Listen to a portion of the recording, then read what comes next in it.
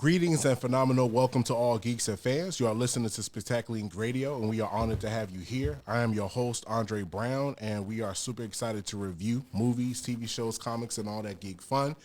Yes, so this is going to be our first fully detailed breakdown video. So we're actually going to have video footage of this episode, of course, and then, of course, if you're listening regular podcast, we appreciate you guys. Of course, we got Kevin in the building. Yeah. And then, of course, we have Melendez here. How y'all doing? And then we do have a special guest here. We got. We'll go ahead and introduce yourself, man. Hey, what's up, everybody? My name is Rick, and I will be playing the Phantom Phase. Yes. He is playing one of the primary characters for Spectacular Inc. Comics, of course, you know, our live action shows. So we definitely are honored to have him here. He's just going to do like a voiceover for one of like a small character for something, but his primary role is Phantom Face. You will learn more about him in the future. He'll be part of one of our shows that's actually in early production now called the Behemoth Guild. So that's definitely a phenomenal. The Behemoth Guild, they basically handle any spiritual or like mystical threats that are kind of like beyond human understanding. So that's going to be something fun. I know he's definitely excited about that. Look forward to it. Yeah, definitely. So we're going to go ahead and go through our segment. So one of the things, if you're a regular podcast listener, I just want to let you guys know. So we are listening. We really appreciate the feedback that we do get. We did get some feedback about our segments. So what we did modify some of the segments. The segments titles are still the same, and we're still going to review as much as we can as we normally do. But what we did was we adjusted the placement of certain segments because we wanted to be able to review a little bit more detail in some of the things that you guys really want to hear from us. One of them, of course, being streaming lifestyle. Other one dealing with, the movie corner, things of that nature. So we kind of did some modifications so you will be able to experience that here. But, of course, the first segment would never change. It's always going to be Spectacular Projects. Topic 1 is Atomic Woman, issue number 2 in full production. As the threat continues to grow with Brimstone, Corby is unaware of the developing threat. Arriving at Galactech and being part of her friends at the moment, things begin to shake in a negative way. Later learning that things aren't as they seem. The legendary Wayne Robinson will be doing the primary artwork, and Andre Brown pens the script. That is me, of course. So this is a part of the Death Phase storyline. If you guys have read Atomic Woman issue number 1, basically, of course, this is issue number 2, still in the same story arc. Basically, one of her friends, it's a race. They actually created this machine because they're like pretty much the smartest race in the known galaxies. They created a machine that you should be able to view between life and death. Her friend Etho created that. He's doing a presentation at Galactech. But, of course, as you guys know, in issue number 1, which has been out for a while, spoiler alert, but at the end, basically, he finds out that he's actually not supposed to do that because life, people who are living should have no access to what is going on in between the energy space between life and death. I was just about to say that. Yep, exactly. So one of the Grim Reapers was like, bro, what you doing? Nah, I'm going to go ahead and show you what's up. You know what I'm saying? And kind of tortured them and then kind of left you hanging. So this basically is going to literally pick up right in the lab in issue number 2.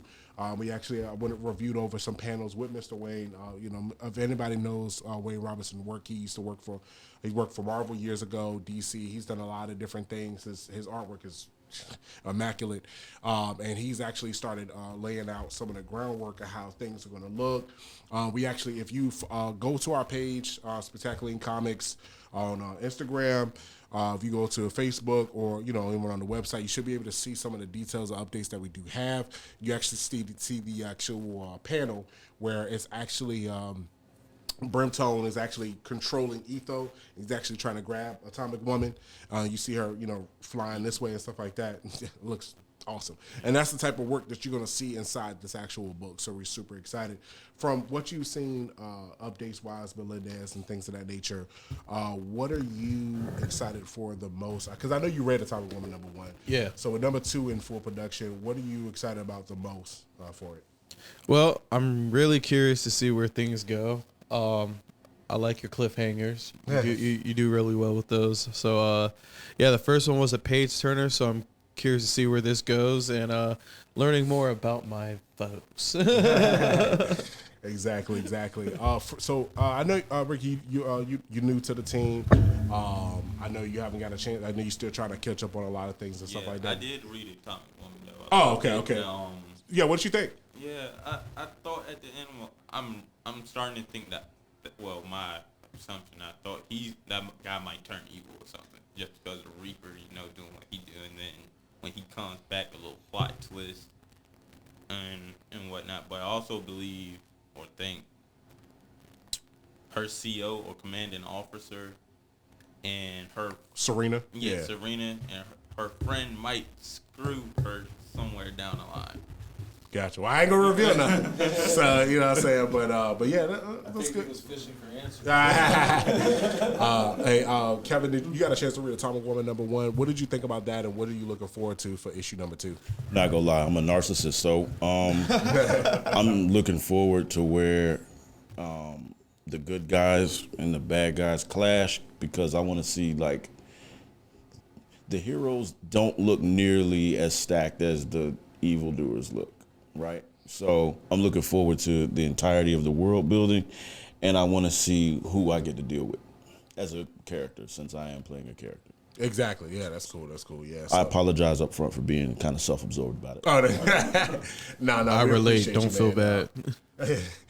So yeah, we definitely are looking forward to that. I know I can't wait to see it, physically in the manifestation. So just What's your opinion on it? You said what? What's your opinion on it? No, it's great. Whoever's writing this stuff, self-absorbed. There you go. But yeah, just to let you guys know, it's in production. So y'all should see that. Probably should be before the end of this year. That should be coming out and stuff like that. So, all right, we're gonna go ahead and jump to segment 2. And now our new segment 2 is streaming lifestyle. So topic 1, I know if you don't watch it, it's fine. So topic 1 is Bel Air season 2 episode 1 premiere. I'm going to read some info on it. So Will works on being fully independent from the Banks family after a fallout with his father Lou. Ashley celebrates her 13th birthday. I'm going to say, so listen, okay, here we go. So for anybody, I'm going to let you know, I respect anyone that doesn't watch this show out of respect for, the original Fresh Prince of Bel Air. I'm gonna say this. Anybody that compares these two shows, I'm sorry, is ignorant, because I was gonna agree with you. They're wrong. Yeah, they're completely different things from each other. The Fresh Prince of Bel Air is a full-on sitcom, basically based off on this dramatic situation. There was a critic that I follow. I really love what he said, because he was saying that if you actually read the Fresh Prince of Bel Air on paper, it does sound like a drama. It doesn't sound like it would fit as a sitcom. But they did a phenomenal job getting Will Smith, Jazz and all this stuff, and getting the cast that they did, Philip Banks and all, Avery. And everything like that, the whole cast to be able to do that, and there was a lot of dramatic elements in that. This is the actual serious approach on what you have read the original script on paper for the original Fresh Prince. Now we have the serious approach on it. Not all the jokes, not all the. Not say that, no, because I'm telling you now, I'd be the one at 2 a.m. watching Fresh Prince in my boxes eating cereal. I'm just letting you know. Yeah, exactly. It's Fresh Prince, bro. So I throw that on. So keeping that with that perspective in mind, now we're in the more serious tone of it, and I love season 1. I'm not gonna be ashamed of it. I'm not gonna act funny about it. Bel Air season 1 was phenomenal to me. I love the art, the work, what they did, the acting, this, that, and the third. And I'm gonna let you know now, because I saw episode 1 of season 1, I was just like, we're gonna see what they're gonna do. Because the trailers, I was like, yeah, really, I'm not gonna lie. I saw the trailer. I was like, "The fuck is this?" So I was like, "Man." So, and then I saw episode 1. I was like, "Okay, let me watch episode 2." And I was like, and then I was hooked after that. So to me, the writing is good. I like all the actors and actresses that's actually involved with the project. I feel like they embody the characters in their own light. Mm-hmm. But now going into season 2, I like how we're where we're at now. He's hanging out with Jazz, which to me that was kind of lacking in season 1. He didn't get a chance to hang out with Jazz too much, but you get to see that they are like kind of like brothers now. You know, Stan. You know, Jazz allowed him to stay at his place and the third. Still his socks. Still in his socks and stuff like that. I like that the Hillary and Jazz thing. They kind of leaned into that now into the dramatic show. That they actually are in a secret relationship, and then it gets revealed. Allegedly. Exactly. And then, of course, she got mad when old girl was messing around. Ivy, yeah. Exactly. And then it was like, she was like, nah, F that. Nah, this is my man. Because I knew that was kind of like, oh, because he was like, you keep playing. Because Jazz really wanted to, you know. Be like, Always has, man. Exactly. And I love the hints. And then come to find out what old girl plays Jackie, which Tyra Banks played. And of course in the other Bel Air season 4 when she appeared when they went to college, and it was good that she. I was gonna say I like this Jackie. Yeah. You know, we got that little preview of that, so I thought that was cool. Also, what was the other thing? Oh yeah, Ashley. I like that she did miss Will because you know Ashley and Will, that was one of the significant relationships, especially in season 1 of the original Fresh Prince of Bel Air that I really loved. That was one of the things that really highlighted. Ashley in the season and kind of growing and developing with her as she went along in the actual sitcom. Now with this showing a little bit more to that because that was another thing that was lacking. I felt, but it's understood because there was a lot of stories that was going on. It was like the origin for everybody. Yeah, exactly. So I feel like I'm kind of glad they didn't try to shoehorn it in. Because there was so much dealing with the build-up. Of course, everybody, the biggest question mark was who was going to actually play Will's dad. Yeah, you know what I'm saying? And everybody, it was speculation was Will. I was hoping. Yeah, I know that would have been cool too. But Marlon, Marlon did an awesome job, bro. Yo, that was my dude. Because it's funny because you always see him so funny, like all the time. Yeah. And to see his switch up, it reminded me of who was the actor that did that? They was on, I was gonna say there was a few of them. Yeah, and then just to see them be able to take us like Robin Williams is for one too. He's the genie. He was XYZ and Doctor for Flubber. Yeah, and then all of a sudden you see him in what was the movie, The Photograph or remember what movie 1 Hour Photo. 1 Hour Photo. Williams did. It was very serious. Called 1 Hour Photo. Oh, 1 Hour Photo. Okay, yeah. My fault. Okay. Yeah, did you see 1 Hour Photo?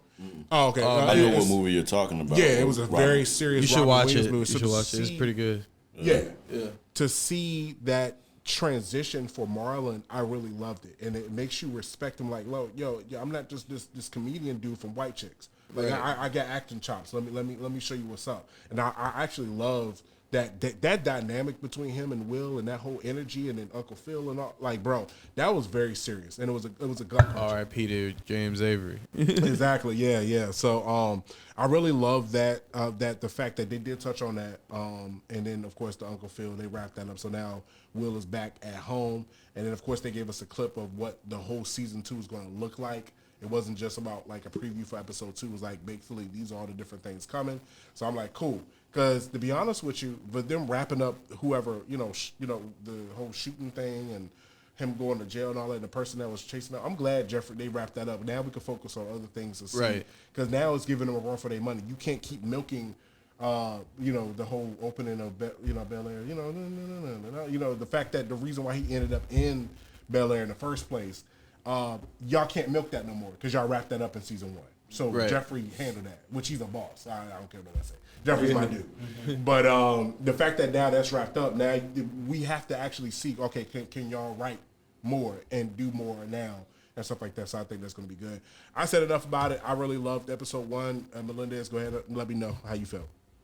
Well, we both kind of talked on it, but I love episode 1. I love how they're leaning more into his need to want to prove himself as a ball player. With his little side hustles and whatnot. I like the fact that he didn't get it right away, so he can grow more as a character and stuff. So I want to see what they do with that.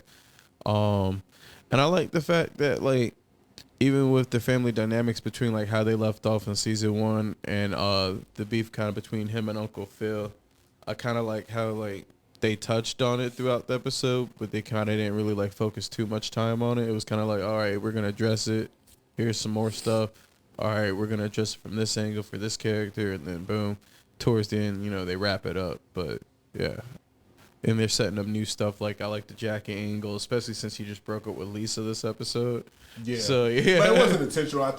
To me, that was the most mature decision he's made since the show is. No, Yeah. and that's what I'm saying. But I like how they're still planting the seeds for like potential storylines going further. Because who knows, he might not pick anybody. But Exactly. Yeah. But I like how the options there, like how they handled that situation. Exactly. Yeah. Exactly. Did you get a chance to check it out? Do you watch Bel Air or no? I just watched the preview. I didn't get a chance to watch the full episode. Oh, okay, I got you. So did you see season 1 or no? Nah, I don't really. Oh, okay. So it's just me and Melinda. I know Kevin not really into it, so I may have saw the first 2 episodes. Oh, I got you. Yeah, no, I got you. I was It's just binge watching stuff like Cobra Kai and everything. Oh, I got yeah. Cobra Kai is really good too, man. Behind on that. What? Yeah, it's the reason. I work, man. I work too, man. So one of the things I do want to touch on, I know somebody had asked me a while back. They was like, "Why you don't really review Netflix shows?" We did at one point, but I saw a lot of critics don't really do that because it's hard because they dropped the whole season out. So it's like, so when you get to a week where you about to review it, you got one person, they don't watch 4 episodes. One other person watched 2. The other one finished the season. It's like, we can't, it's not like Last of Us where we're forced to, you only gonna watch 2 episodes for 2 weeks. And then when we come together, we're talking about the 2 episodes. Not, I already saw episode 4. It's like, well, then ain't no point of reviewing. That's the reason why we don't really review Netflix, because there's no jumping point where we can actually all gather together and be like, we all saw these episodes. Let's try to review it together. So that's because I remember before Cobra Kai came on Netflix, it was on YouTube TV first, and then you had to wait like a week or 2. Yeah, exactly. And stuff, and then when the pandemic happened and stuff fell out, and it became on Netflix, it was like, wow. And they started Netflix with season 1, 2, and 3 at the same time. And see, and when the pandemic happened, I was on the road working, so I was never home. Yeah. So that's when I started falling off watching it and getting behind. Yeah. And that's the crazy thing about it is like, I'm not knocking YouTube TV people try this and the third, but like a lot of people don't have that. Really. I only got that just because of Cobra Kai, and I like martial arts. So after that, I ain't have no need for it. I support them when they switched over to Netflix, but I was trapping off the bandwidth. I'm not even gonna lie. I got you. But let's go ahead and jump to topic 2. We're still on segment 2 of Streaming Lifestyle. Topic 2, Last of Us episodes 5 through 6 review. Joel and Ellie spend a fair amount of the episode riding horses, shooting guns, and facing down poses, just like those Western heroes. So basically, if you already watching Last of Us, you already know what's up. So we ain't gotta really do a whole breakdown of what episode 5 and 6 was. You said what now? Played the game too and stuff like that. However, I do like the liberties that they are taking for story-wise. You get more in-depth with certain characters that you may just walk past or maybe had a brief conversation with. Now we're getting more in-depth and understanding, and that's what a show should do. It should flush out that. And one of the things I did like about some of the fans, they were saying is it's a complete difference. It's a breakdown between a game where you're just, okay, I just need to talk to him so I can get to the next part, and then a show where you're not doing anything. You're just watching. You're not interacting. So now you get to be able to get everything flushed out. Exactly. And episode 5 to me, I felt like was definitely powerful. Of course, leading into episode 6 was definitely even more powerful to see that neighborhood, how they had everything built up, had everything lined up and successfully streamlined, like society basically at this point. And it's like, the fact that he approached his brother the way he did, I know he felt bad later on with that. And I felt like with that aspect, I think that was super important for that overall arc for him to show that breakdown. This is somebody he can be weak with now. He can cry. He can be like, okay, you know what? This is what's going on or whatever the case may be. And I understand his perspective dealing with Ellie. But then at the same point in time, you already knew that she you're my only family that I have. These are strangers. And even, I'd rather just, die with you. But I understand his perspective too, because it's like, you're a valued asset to humanity right now. Yeah. And if something happens to you, we can't figure out this cure stuff. You know what I'm saying? Like, I need to get you to somebody that can actually study your blood and figure out what we can do to be able to save humanity at this point. So, but at the same point in time, he had to respect that because, of course, the other thing is her finding out about his actual daughter.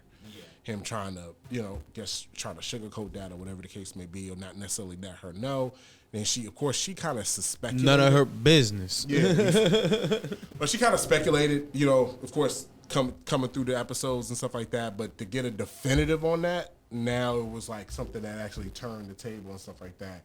And then, of course, now, he got hurt and pulled the thing out, not even thinking, and all the blood came out. So now he's passed out. And I think this episode, this is about to come out, episode 7, is more just flashback with Stormy and stuff like that. So we're not even really going to see what's going to happen to him until the week after. So, but Kevin, I know you saw episode 5, episode 6. How are you feeling about those 2 episodes and where it's at now?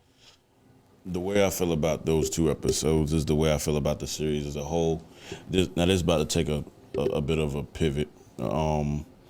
As somebody that's like dealt with depression and the desperation and despair that comes with that, this event that's essentially ended the world, right?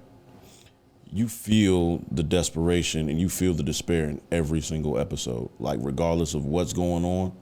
Like you feel every emotional vector you get with a situation that's completely hopeless, you're getting here. Like the brother had to take his own brother out, and then he did himself, obviously. And then you see, oh, there's this little community set up here. Oh, my brother's here. Oh, my brother's moved on with life, despite the fact that life stood still. I'm just trying to still find my way, even as the older brother. And I got this child with me. This child don't understand anything other than the world being in shit. So, as somebody that, again, that's dealt with it, I just look at every episode like, this really feels really familiar. Like, the days where some days are better than others, the days where you can't even get up off the couch or out of the bed. It's really the writing and the environments, the stages that they're putting these people on.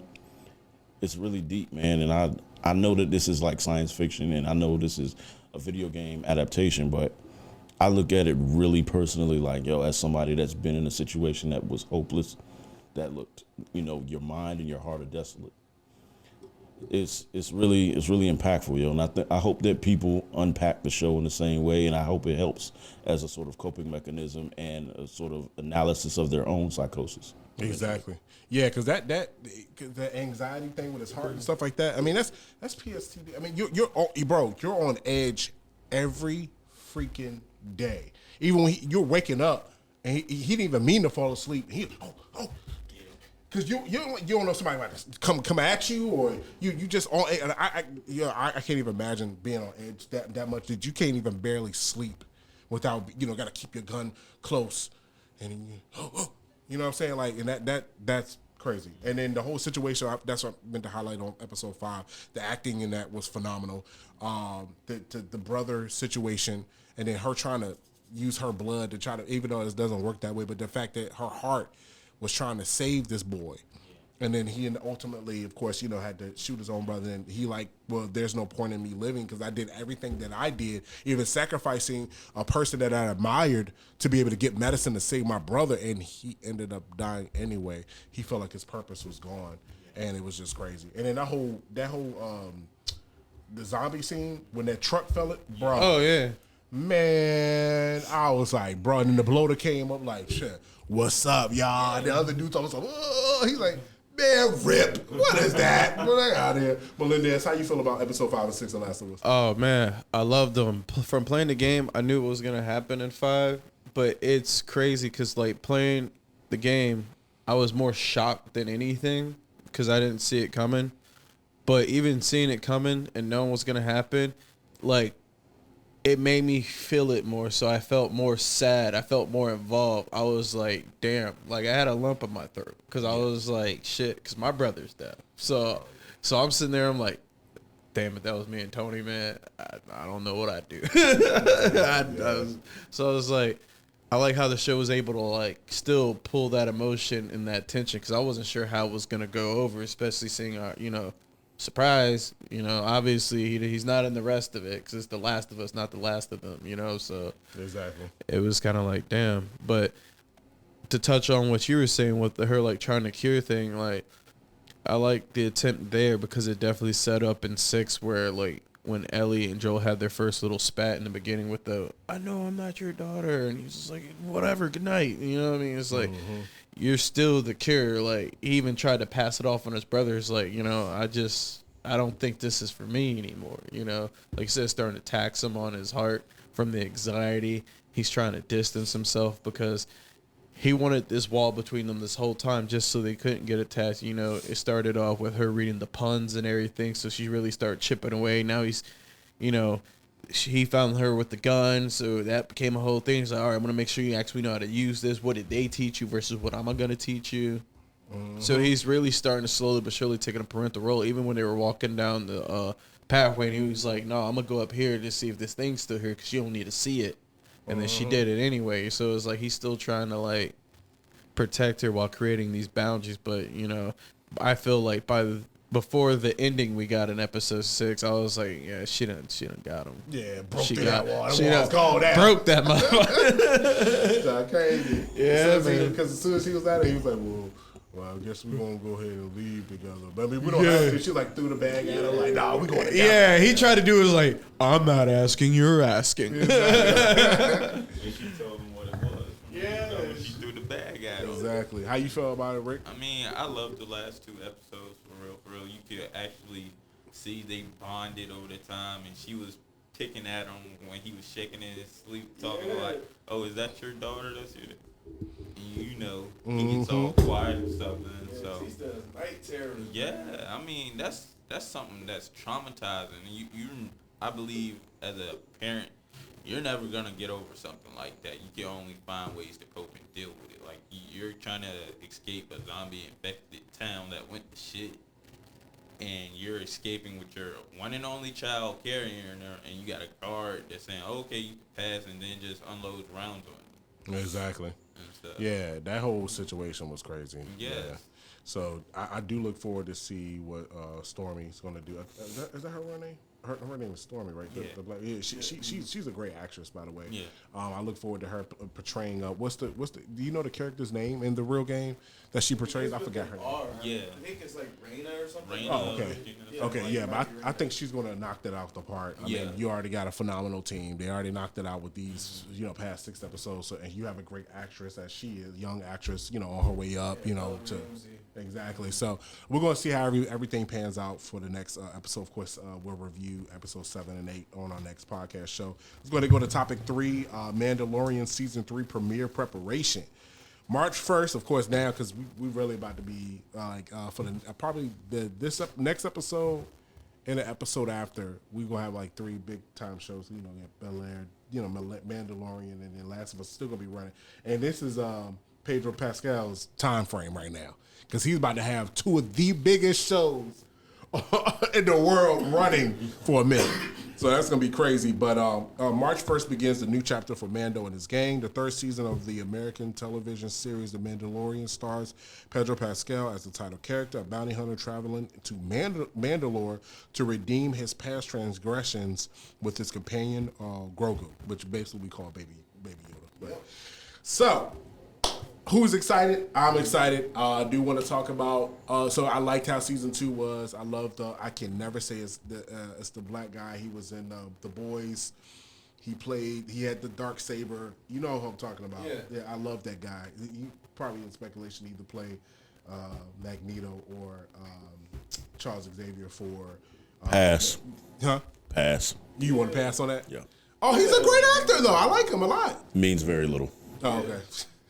The only reason why, side note, so I think one of the main reasons that even Kevin is entertaining that is because, which I understand. No.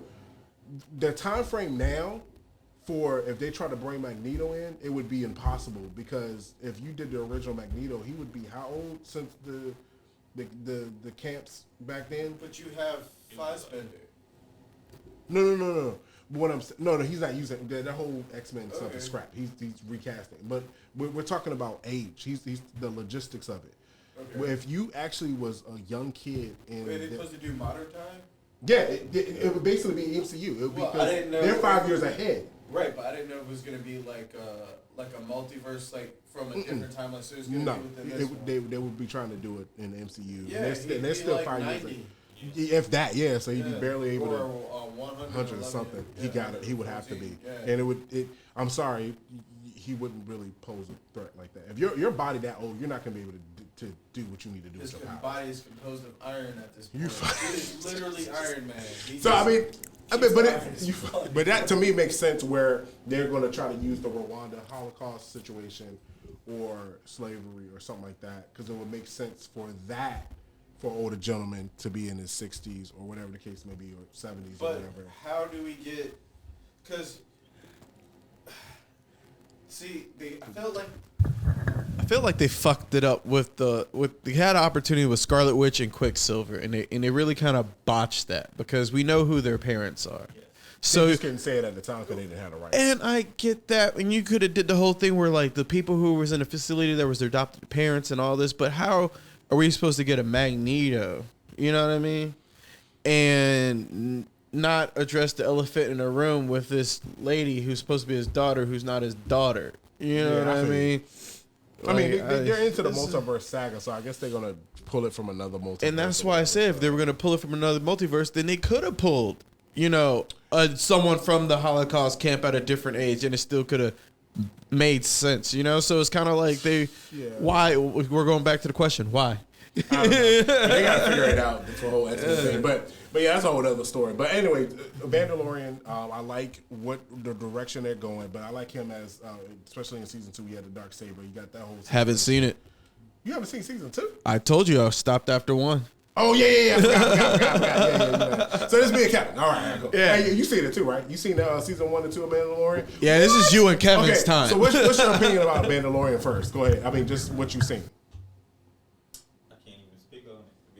Oh, it wasn't really your jam? I'm into Star Wars and everything, but I'm like, all the other stuff I was doing at the time, I thought that would be more important than watching that. I got you. I'm a heavy gamer, and then if this comes out and this show comes out, I'm all about that. Gotcha. Okay. So how did you feel about season 1 and 2 of Mandalorian, and what's your expectations for season 3? Nearly perfect. Both 1, and I didn't think 2 could be better than 1, but 2 was absolutely better than 1.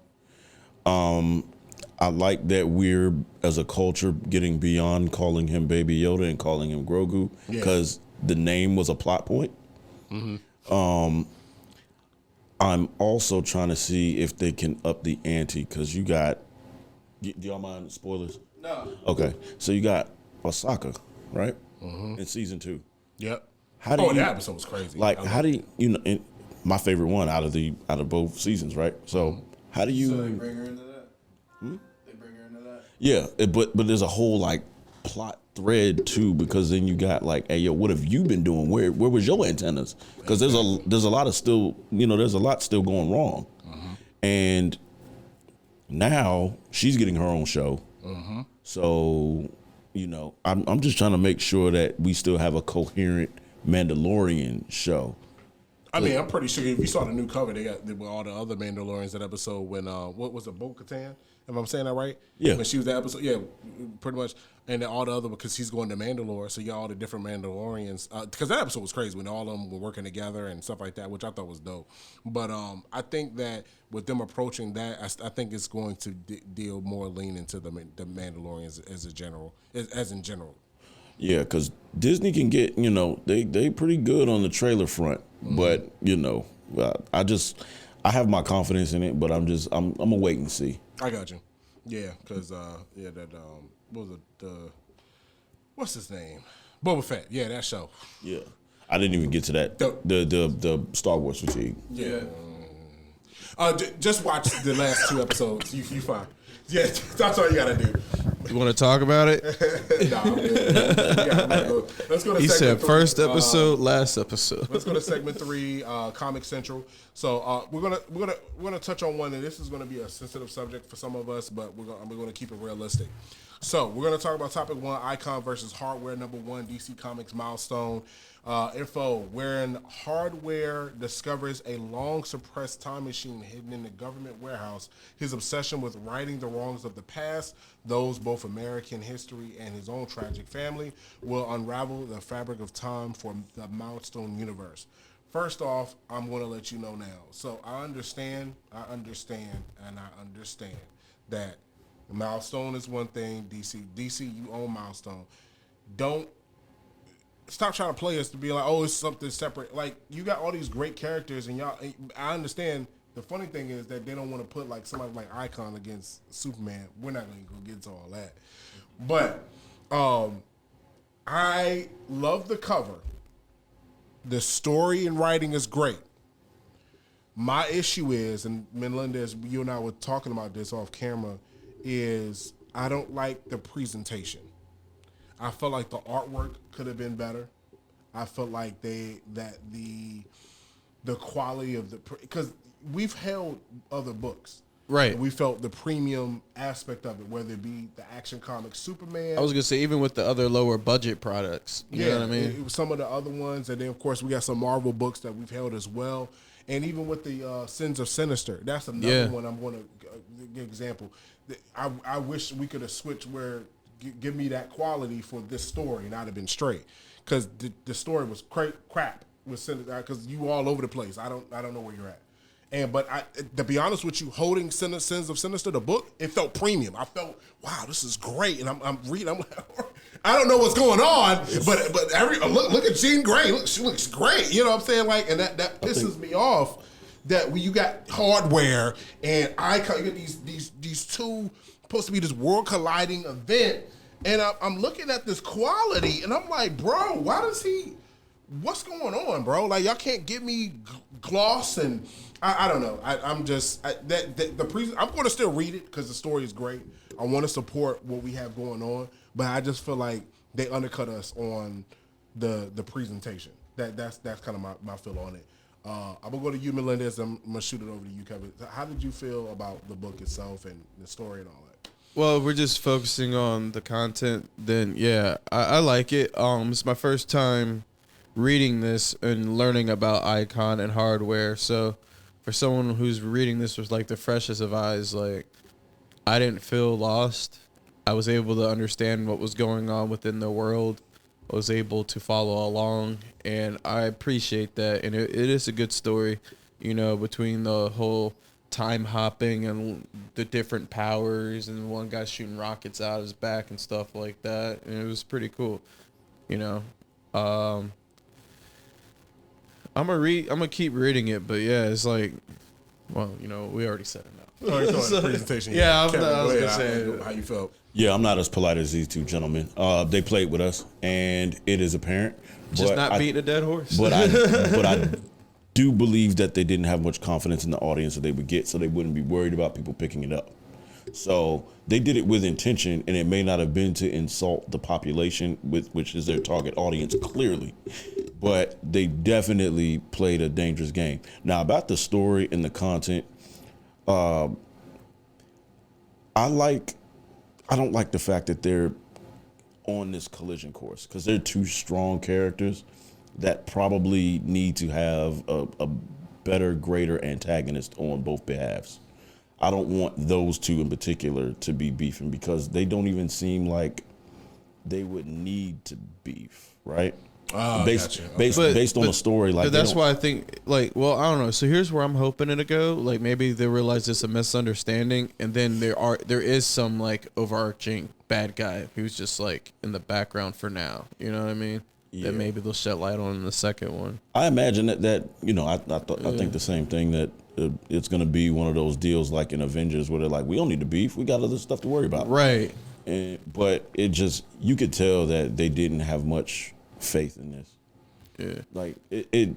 And to your point, I feel like if they weren't sure the reception they were gonna get, they still probably should have gave it the same proper presentation, because if you're gonna have DC on it and you really put your whole elbow behind it, then people are gonna flock to it because they're gonna be like, oh, this is new. You know what I mean? Yeah. But if you put it out like you're not sure and there's no confidence, then people aren't gonna have confidence in your product either. Yeah. Yeah, exactly. Did you get a chance to check this out? To check this issue out and stuff? did. You did? Yeah. Oh, how'd you feel about it? I liked it and everything, but the quality, like y'all said, was crappy. I was looking for I forget the material, but you know, if you stick your Yeah, the how quality, originally the supposed to gloss. go, Yeah. the gloss, like Yeah. if you stick your fingers on it after eating something like food, ketchup, whatever. It gets all sticky. You don't get that there. It's newspaper, like you said. Yeah. John crazy. Yeah. I ain't like that. And Like- the funny section on top of that. Like, it Yeah. feels like the funnies. That's what Yeah, I'm saying. exactly. I'm reading the funnies on a Sunday. Yeah. And you just Exactly. package it up in a nice cover art.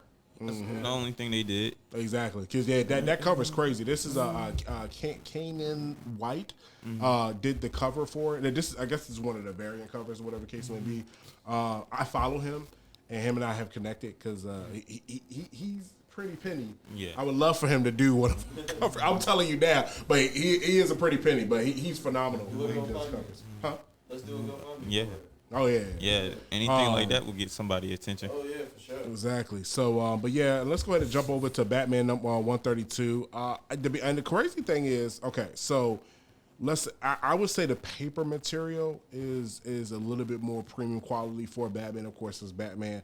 But I'm just gonna say this though, I ain't gonna lie, this artwork's okay. It's all right. It's not the team that was doing Batman before this story arc. Because they have teams per story arc a lot of Doing times. rotation. And stuff like that. Yeah. So the team that did this one, it's okay. It's all right. I like the other one better. Captured like the early '90s art style almost. Yeah, something like that. I do like the color palette, stuff like that. I like this. We don't know. I'm glad they're not rushing where it's going. Somehow Batman's trapped after the failsafe thing. I absolutely love that story. I ain't gonna lie. That failsafe robot, the machine thing, that was the failsafe for Batman himself. Crazy, loved it. But for something happened, we don't know. I'm glad they're not rushing it and just telling us where he's at. Batman's in some type of alternate universe where there's not a Batman in this Gotham or whatever. Bruce Wayne is dead and he was never Batman. Exactly. So we're trying to figure out what's going on, but it's good that it's some character building. Did you read 132? Yeah. I got a question about that. So Uh-huh. you said in that alternate reality, there's no Bruce Wayne. Is there Thomas and Martha Wayne? Like, what's going on? So I don't in think this we touched one- on it. So in this one, the way I read it is everything that Bruce Wayne went through, and this is my assumption from reading this, Okay. happened, except he just didn't become Batman and he died as Bruce Wayne. So I feel like he just grew up a regular. He didn't get traumatized. Oh yeah, because some people and- asking about Bruce Wayne and stuff like that, but I don't think he got any bread though. I think because they were saying. No, because he still had Wayne Tech. Because I mean. Oh, yeah, okay, yeah. okay. So I just think like he just progressed like a regular person would. Okay. And again, we got to see where it goes. But from what I'm reading, like there is no Batman. The cops are crazy because they're off the venom toxin. Yeah. Oh yeah, the fact that he was able to fight though, that was Yeah. crazy. He was able to figure And, some of that stuff out. other people are like taking up ranks and shit. So, Yeah, it's crazy. Yeah, have you been? Did you read the failsafe story plot before this one? I think that was issues 126. Nah, I didn't 226, need to read that. leading up to this. Yeah, it's really good. Definitely, because we did review a couple of those issues. Man, it was on edge, man. It basically was a machine that he created that was the failsafe for him. Because Batman has a failsafe for everybody on the team. But it's always been a question: well, what's your failsafe if you go rogue? And that machine was basically that. And man. They had the whole Justice League going after this dude, this robot, and he had everything set up. Remember, it was Hawk Girl, it was Flash, it was Aquaman, it was Green Man, and he was the Green Arrow. Yeah, he was. Man, that machine was no freaking joke. But yeah, from what you read so far, how you feel about the story and everything like that? I think stories like that are great because it shows you another part in a reality that could have happened or what could have been. And stuff, and all comes together.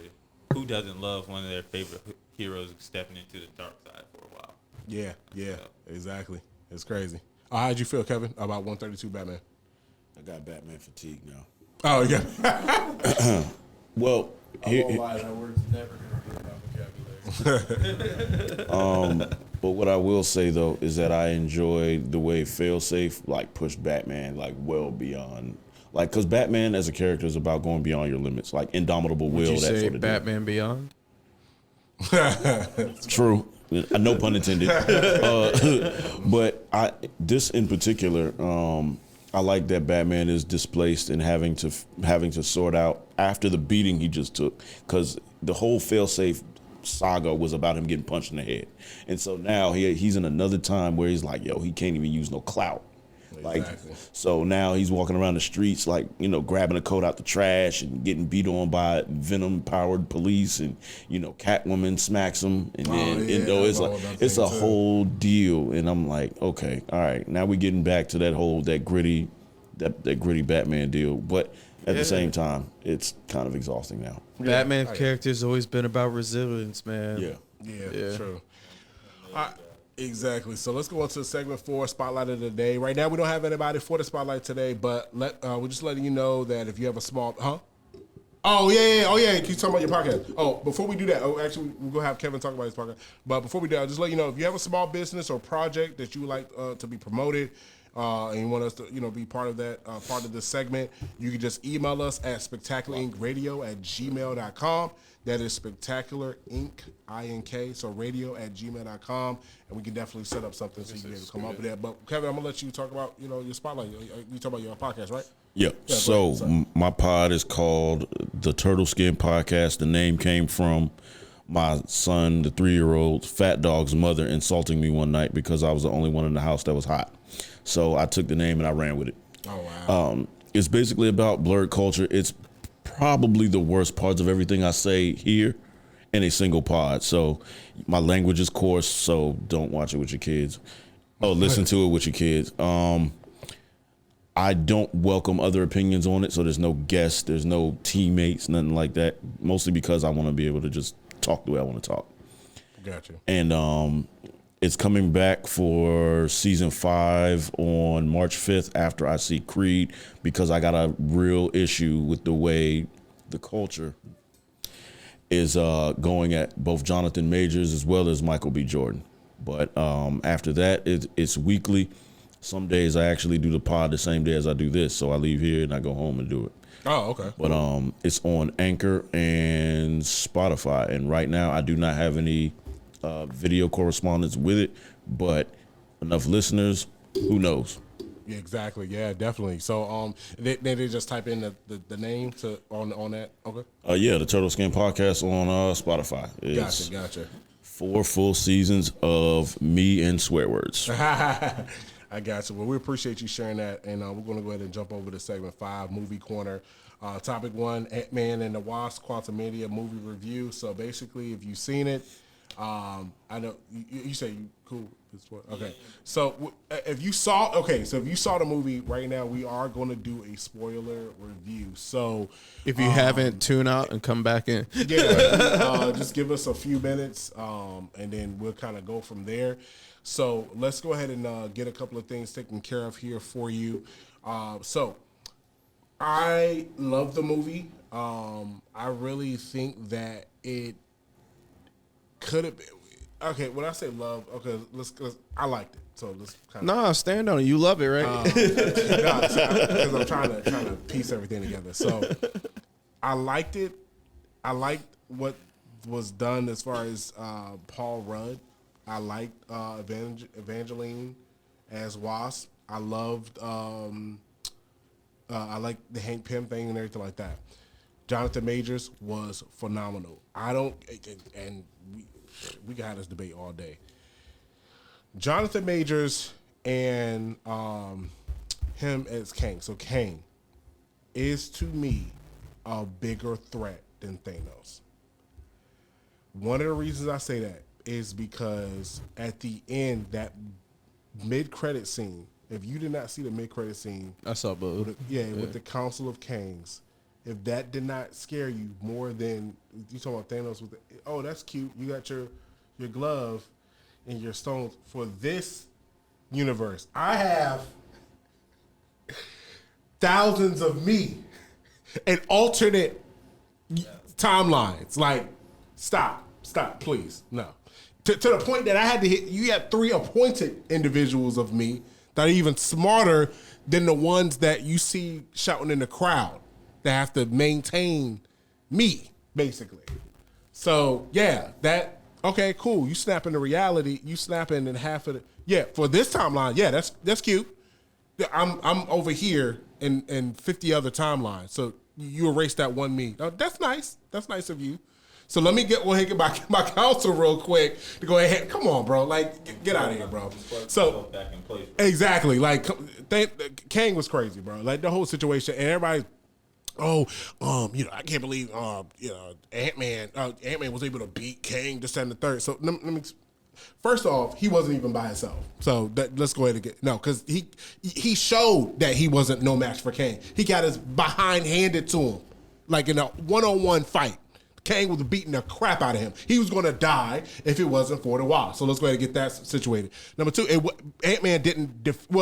Technically, if you want to say it was Ant-Man, the other Ant-Man, the original Ant-Man, got the other advanced ants, and they were just little ants. No, these aren't the ants from Ant-Man 1 that's just this, they listen to me. It literally laid a plot point. These ants have been there for 1,000-something years with advanced technology. It was building all this other. So the time moves different because you actually see the ants fall in with them when he goes in. Yeah. Like through the thing. And so, the way he explains this, like, they've been there for so long because of the way the time changed, it became a whole technocratic society. So they had their own tech. Exactly. And shit like that. So that's what I'm saying. I'm like, so you got that situation, and on top of that, you got a whole rebellion that helped and that was helping do that. So I'm like, bro, stop with this. He didn't do it by himself. It wasn't him fighting. Bro, okay, he did one thing, which he cracked the thing when he turned big, and he turned small and turned back big. Where he cracked the thing where they was able to get in, and then but at the same point in time, you saw when he came down and he was fighting them, they were gonna die if it wasn't for Hank Pym showing up. So I'm like, so chill. So yeah, I understand what some people were saying, but I'm like, all this extra stuff, like he got beat by him and he's a punk. Stop. Because like I said, even though we don't even know if they say that one died, but we don't even know if that Kang specifically died. But even if he did, you saw was thousands others in the mid-credit scene. So to me, Kang is the ultimate threat as far as like when it comes to all the villains that we've actually seen. And I'm talking just MCU wise, even crazier than Ultron, please. Kevin, I want your thoughts. Go ahead and lay it out for me. How you feel about Ant-Man, this, that, and the third? Let's call it a B+, A- for me, and here's why. I was trying to deconstruct, for me, what I wanted an Ant-Man movie to be. Not a world building, not a Avengers level threat, not a piece of patchwork that contributes to the MCU. I looked at it as an Ant-Man movie first and foremost. So I'm like, okay, Ant-Man has been doing his thing. He's living his life. He seems to be the most successful out of all the Avengers, which is kind of like, But hence, barring that Iron Man died, Yeah, I was gonna say the most successful Avenger had to die for that to happen. Right. But as the movie progressed the way I thought it would, once we were introduced to what his daughter was on, I was like, yeah, she's gonna be a pain in the ass the whole movie. Cool. His little old lady she played the background real strong, but she was down for whatever. So I really appreciated that, and I knew that that's what would be going on. The Pyms played their role as well, as I thought they would. So what I'm getting to is this movie ended up being, like, not saying that there weren't parts that surprised me. What I'll say is I got exactly what I thought I'd get, and it was executed well as far as what I wanted. Jonathan Majors doesn't even need representation in this conversation. He was bar none the best part of the movie. And if all of you pay attention to my social media, y'all know I made a GIF off of the Street Crunch. So that beating was absolutely my favorite of all the MCU because he got exactly what he signed for. And I loved it. I loved every second of that beating. And it should have been as bad as they wanted it to be, but had to cut it because they thought it would scare their audiences. Mm-hmm. But yeah, but for me, B+, A-. So do you? We all entitled to our opinions. So do you think Kang is a bigger threat in the MCU than Thanos? I know that Kang is a bigger threat because I'm a fan of this. I got you. Like, if you're not, then you don't really know if you didn't know what you were actually watching and who you were watching, then he's not gonna be a threat to you. but everybody knows like Kang is like the reason that a lot of shit goes left. Exactly. Your opinion about the movie? You good? What's up? Man, so the movie was okay for me. If I was gonna give it a letter grade, I'd say it's a C plus. Yeah, I give it a 7.5. Because it was just, for me, it was just okay. And then some of the parts that lost my interest were kind of like towards the middle because I felt like the pacing was off. I felt like they spent time on things and jokes that weren't relevant to the overall plot. Like, cool, she was down here for 30 years, had a relationship with someone else. Like, that doesn't advance the story. You're not going to create a conflict between the Pims with that. So what is it? Why are we exploring this for a 5-minute scene that's just to get them here? We could have did a cutaway for that. So just things like that. I was like, well, you could have made room for like that beating I was looking for. You know what I mean? Yep. So other than pacing, it was good. I enjoyed it, but I will say this, not knowing what happened to this version of Kang, I was a little taken back and hurt because, like, I love Paul Rudd as Ant-Man, because I was talking about Tony Stark earlier. Oh, you're the other bug guy. It's $1. Yeah, exactly. No, you had it in a pan at the end. I was so bad. I was like, dang. Oh, man. But, yeah, so it's like, I was like, and he didn't have to die. Like, I don't want to, be like, yeah, I'm just mad he didn't die. But it's like, I wanted Kang to, like, I wanted him to win at the end. And technically, he still does. Oh, yeah. So, I mean, there's no question of that. But it's just like, it wasn't the victory I was looking for. Yeah. And so, like, I don't know. That was it. Because I was so hyped. I was like, yeah, Kang's coming. He's about to do his thing. Jonathan Major's about to own this movie. He's about to just... and then leave everyone else like, oh shit, who's this guy coming? And then it was like, no, everything kind of went back to where it was for like Ant-Man, but we know as the audience, like, shit's about to go down. So. Exactly. That little preview of season 2 of Loki was. I'm fucking stoked for that. Victor Timely and stuff like that. Yeah. So, yeah, you're gonna love it. I know you didn't get a chance to catch it and stuff like that, but yeah, you're gonna love the experience of watching it this and the third. Definitely watch it on the biggest screen as possible. Yeah, that whole beating was crazy. Loved it. You're gonna enjoy that and stuff like that. You think they're gonna do a director's cut? Huh? You think they're gonna do a director's cut? If they do, look, if they re-release it or whether they sell it, whatever, I'll get it because I want to see that ass whooping. Yeah. Hey, shout out to the casting person. I forgot the casting director for casting Jonathan Majors as King #1. Yeah. And then shout out to #2, the costume designer. I'm sorry. Sorry. Yeah. I love how they did it. How the freak they made that costume look as sick as it. It's still comic original. Yeah, you look like it's a trash bag with like little with the mic TV screen for a head. Yeah, it's so crazy. But like, if you look back in history, right, like all of those great conquerors, they dressed like weirdos. Yeah, so like I wasn't shocked at all. Like I'm glad no doubt, I'm still ecstatic that they pulled it off. But they finessed it. Yeah, like it was beautiful. But like I wasn't shocked. I was like, yo, like. All of these cats really do dress like weirdos, like for real. So that's true. Yeah, but you know what? And not to take away from Jonathan Majors on this one, but since we're talking about like the costume and the design of his character, you know what this gives me hope for? What? Finally a proper Dr. fucking Doom. Oh yeah, Dr. Doom suit. Yeah, because we're gonna talk about who I want for Dr. Doom in a little bit. Oh, okay. Yeah, because I'm down for fan casting because I have an idea who I want. Since I feel like they did them dirty in a couple let's jump movies. to topic 2. The Marvel's release date changes and gets pushed back to November 10th, 2023. And then, of course, you probably can talk about that on the topic 3 that you talk about as far as the Doom thing. We talking about it. So the Marvel is scheduled to be released in the United States on November 10th, 2023. Listen to this, bro. This is crazy. And we highlight. I think we've talked about this with the whole Bob Chapek, Bob Iger situation. So get this. So it was previously scheduled for July 8th and November 11th. So they had to change it again to November 11th, 2022. Then it got changed to February 17th, 2023. And then July 28th, 2023. And then now it's November 10th, 2023, part of the Phase 5, this, that, and the third. So a lot of people want to kind of get on Kevin Feige, but as I've highlighted before when we talked about it, y'all need to really understand that he was put in a corner because of Bob Chapek.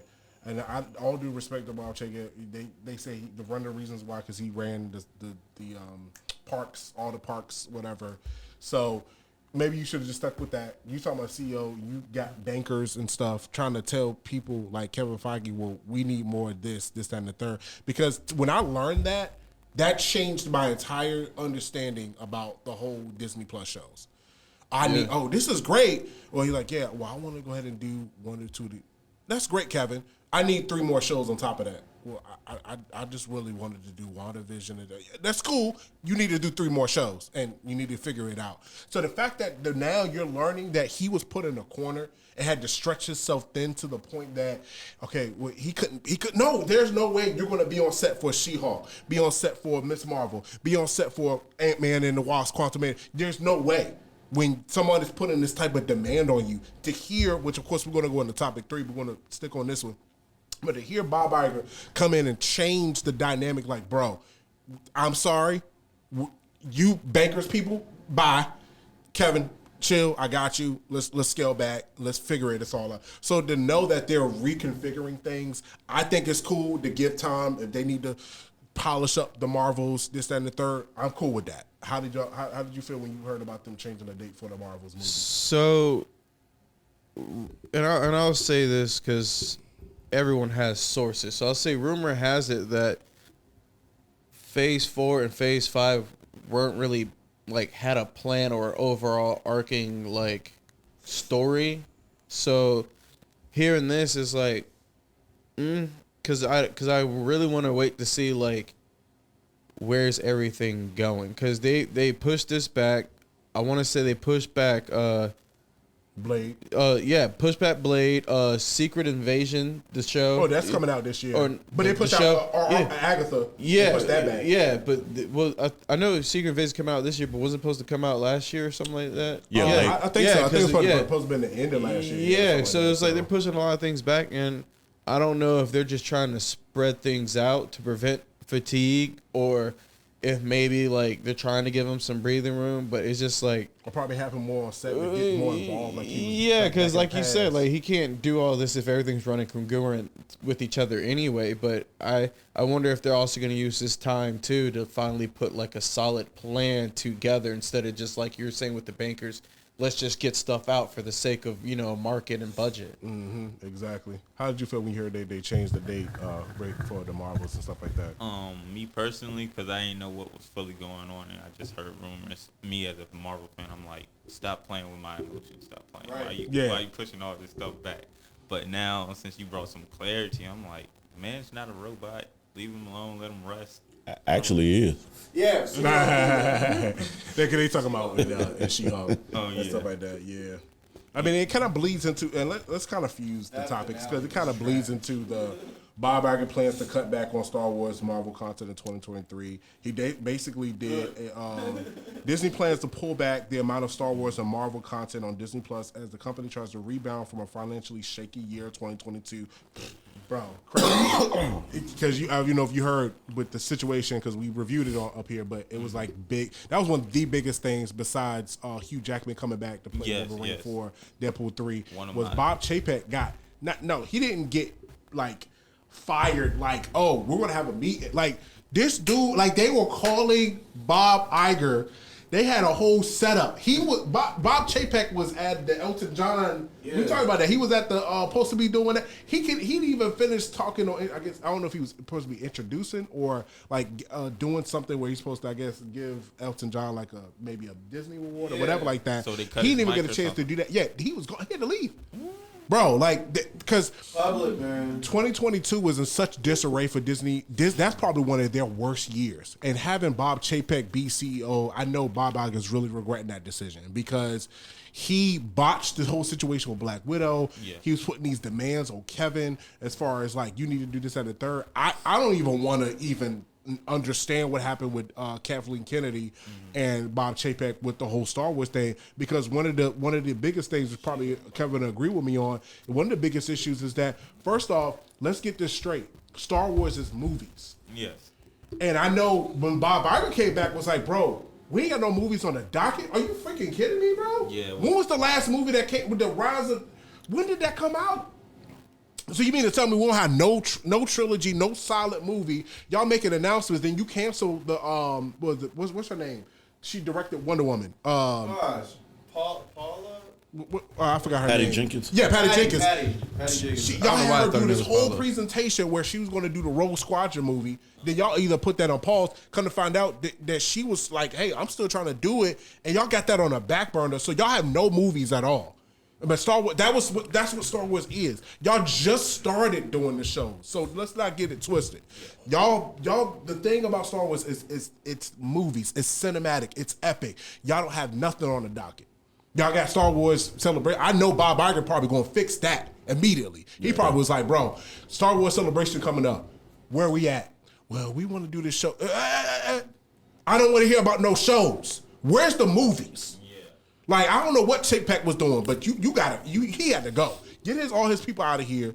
Y'all create all this confusion, and rumor has it that this is Kathleen Kennedy's last year as far as doing Good. for Star Wars. Good. She's a great producer, and matter of fact, we Keep talked her about that. producing, but keep her out of everything else. Exactly, because I feel like if you look at her production record, it's phenomenal. But I think it's because Star Wars is not like, for example, Lethal Weapon, Bad Boys. Because like with those movies, okay, you're not necessarily playing. You could do a franchise like Rush Hour or something like that. But it's not necessarily like... It's not an overarching story. Exactly. Yeah. It's not a trilogy. It's not a whole, like, let's do a 6-movie arc, this and the third. It's just, we're going to do Rush Hour. Oh, man, it's great, man. We made $400-something million domestically and almost $1 billion worldwide. Cool. Let's do a second. Let's do Rush Hour 2. So we call Chris Tucker. Okay, all right, cool. You know, that's different because you're going from movie to movie, not necessarily concerned about overarching story. You're talking about Star Wars where you need to have a plan. And the fact that your first trilogy, you want to throw in our face that she made $1 billion per movie, but that's not, okay. There's just people coming in who already are part of the fandom who's like, well, I want to see this because this is new. And then once they realize what they're getting, it's like, why are you doing this to us? Exactly. How you feel, Kevin, because we fused probably 2 and 3 together. We're talking about the Bob Iger setting back stuff, trying to fix this stuff, basically.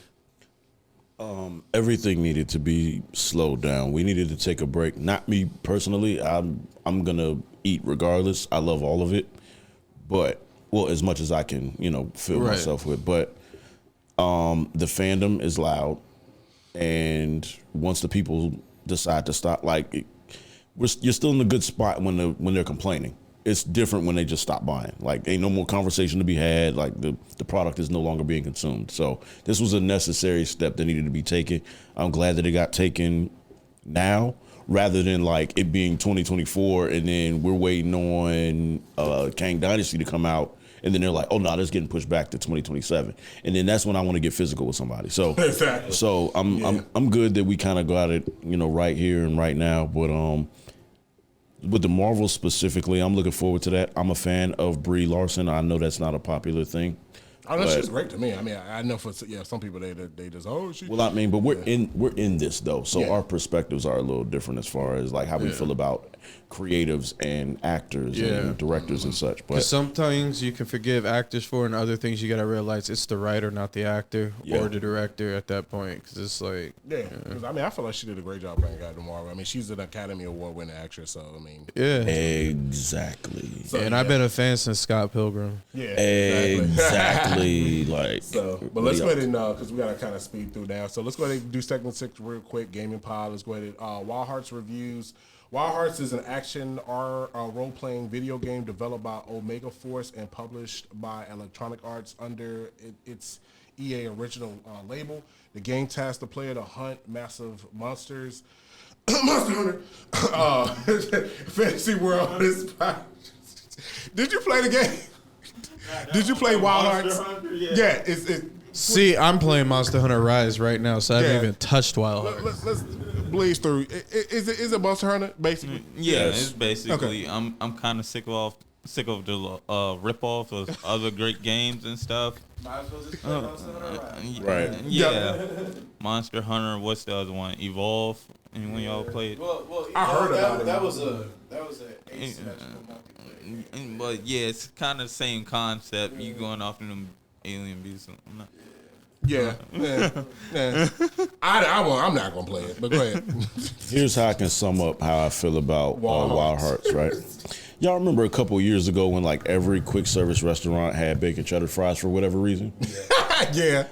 I feel like a lot of these companies are doing the exact same deal. Like everybody's just getting a form of Monster Hunter, and it's a palette swap. And they're like, hey, they like that. Maybe they like this. Or maybe our loyal fandom likes that, but only want to play our games, so we're going to make it too. I think that's what's going on. Because I watched like the first hour of Wild Hearts, which is actually like 5 hours. But like, I looked at it and I was like, I own this game already. Yeah. Yeah. Exactly. Okay. Y'all just wasted a lot of my time. Y'all have a blessed day. I mean, I appreciate that y'all made it because, you know, there's a market for it. There's a clear market for it. Yeah. There's a formula for success with these games. Make it look beautiful, make the gameplay smooth, and make the environments engaging and immersive. It's easy. I mean, it's like the early 2010s where everyone had a zombie game. You know what I mean? Right. Even Oh, Metal yeah. Gear Oh, Solid had a zombie Left 4 game. Dead Like, and all that. yeah, Everybody had a man. you know. Look. So it's like we're Yeah. just in another one of those areas where everyone wants to be Monster Hunter now. Exactly. And topic 2, we ain't gotta really talk too much about it. It's Tekken 8. I mean, it's Tekken. It's gonna be great. I saw it. It looks. I want to get my fantastic. hands on it. That's I mean, it. I ain't even gotta go over the info. It's gonna be great. I mean, I look forward to getting my PlayStation 5 later on this year. So I know what you're waiting for. You waiting for that Street Fighter. Oh yeah, because that's the only one I can play. That's the last big game that's coming out on PS4. That's it. I mean, because I got a PS4 Pro. I haven't got my 5 yet. So, but how y'all seen the trailers for Tekken 8? Where y'all at? Of course. Yeah. Great. Shameless plug. Y'all need to watch Tekken Bloodlines. Yes. Let me look into the camera real quick. Wait, I actually did a review on the Netflix. Yeah. Yeah, I reviewed that a couple episodes back. Guys, watch that shit. Here's what I need from y'all, right? Y'all need to watch Tekken Bloodlines, not because you're fans of Tekken. We need more fighting game adaptations in the anime form because the entire story cannot be told over the game. There's way too many characters that way too many people like. Let these shows get made and have success so that we can get Mortal Kombat shows and movies, so that we can get more Street Fighters, so that we can get Rival Schools, so that we can get Tatsunoko and all of those. King of Fighters. King of Fighters Yeah, as well. that's my shit. Like, that's, as a fan of that. Yeah, Soul right. Calibur has way too much lore for them to just like not adapt that, like not adapt. Exactly. Yeah, Dynasty diving Warriors. into it, man. Dynasty Warriors, my shit. I can play that shit for hours. Gaming. We got the gamer here. You excited for Tekken 8? What's up? Oh yeah, I'm really looking forward to see what Jin does with the Mitsubatsu and you know his devil forms and what's going on with that. Yeah, that's gonna be crazy. All right, let's jump into the last segment. So we go ahead and wrap everything up. Segment question bag, segment 7. Let us know if you are interested in submitting a question to email us your name and a question at spectacularlinkradio@gmail.com. First question, Neo W writes, Bel Air is back. I hope you guys are going to review this show because I love it. And shout out, oh, okay, it's a confliction of this. It's a show you don't like, but somebody that likes you. All right, come on, Neo, man. Let me go ahead and read this back. Bel Air is back. I hope you guys are going to review this show because I love it. And shout out to Kevin. Love your voice and how you don't always agree with things in the pop culture. Wow. How you want to address your fan? I was gonna say, where's the question? Right. I guess you said if we're going to review it. Well, we did review it. Yeah. So and you got a fan that likes your voice. Naya, I appreciate that wholeheartedly. I'm organically shy, so if I'm not answering or responding in a way that you like, then please write again. But it's not that I disagree with things in pop culture. I don't like the way a lot of people respond to things in pop culture. Exactly. It's because if you're a fan, criticism is expected, but you need to also respect the fact that this is a work of art too. Gotcha. And a lot of people do not do that. When I hate things, I assure you I hate them for a very good reason. I just explained to my cousin the other day that I hate Wale thoroughly, yet I've listened to all of his music because I wanted to hate him completely. Gotcha. Yeah. You justify your reasons. Absolutely, 100%. Let's go ahead and jump in. We only got 4 more questions and we're done here. CJ Warner writes, so I got my tickets for Creed through already. Are you guys hype? I love boxing and MMA. I love cage fighting and I take karate myself. I'm excited to see how this movie wraps up the trilogy and Michael's director debut. I think he's going to do great. I mean, I'm excited. We're going to review it on the next one for sure. So I'm going to see it on Wednesday, the advanced screening or whatever. Same. Okay, cool. So we'll all chop it up on about that next one. McFly_34781 writes, I'm going to be honest, I don't know how to feel about the Ninja Turtles versus Street Fighter comic coming. We're going to review that. We're going to talk about that. I mean, one hand, I'm excited. Other hand, I am like, does this need to happen and why? So basically, we'll address that on the next, because that'll be something we address on the next That'll be out? Yeah, well, it's not going to be out, but I do want to talk about it as far as like a segment. I'm in Comic Corner. Oh, okay, cool. I want to approach about that because there's a lot of crossovers and stuff. So Nightwalker writes, Ant-Man 3 wasn't bad, but I feel Marvel's lost its magic, to be honest. I love Kang, but everything else was okay. We already pretty much touched on that. Last question, and we are done. Charles Reed writes, the new movie 65 looks sick. Please tell me y'all hype. I think it's going to be a sleeper hit. That movie is going to be awesome with Adam Driver, with the dinosaurs. Oh, that's going to be crazy. 65. If you haven't seen it, you got to watch it. I won't lie. I saw the trailer for that during the Ant-Man movie. I won't lie. When I saw the trailer, I was like, this is the Turok movie I was waiting for. Yeah, exactly. Exactly. Because if they were going to do a video game movie, they should just change the title to Turok. Yeah. Exactly. So let's go ahead. So we got to wrap up. We appreciate you. Oh, you about to say something? I'm sorry. Yeah, just 2 quick thoughts about that. One, Adam Driver is who I want for Dr. Doom. And Go ahead. And 65 does look like it. It gave me what's the movie with Will Smith? Earth AD. No. Earth AD or Earth the one he did with his son. Yeah. I forgot It gave me that vibe. So I'm hoping that Adam does better, but that's what the vibes I got. But you know who I want for Dr. Doom? We're gonna wrap this up real quick. Joe Manganiello. Oh, that's who I want. Too. I feel like they done him dirty on a couple of roles. Like he was supposed to be Deathstroke. He's supposed to have some other roles, but I feel like he'd be a kick-ass Dr. Doom. I never even considered.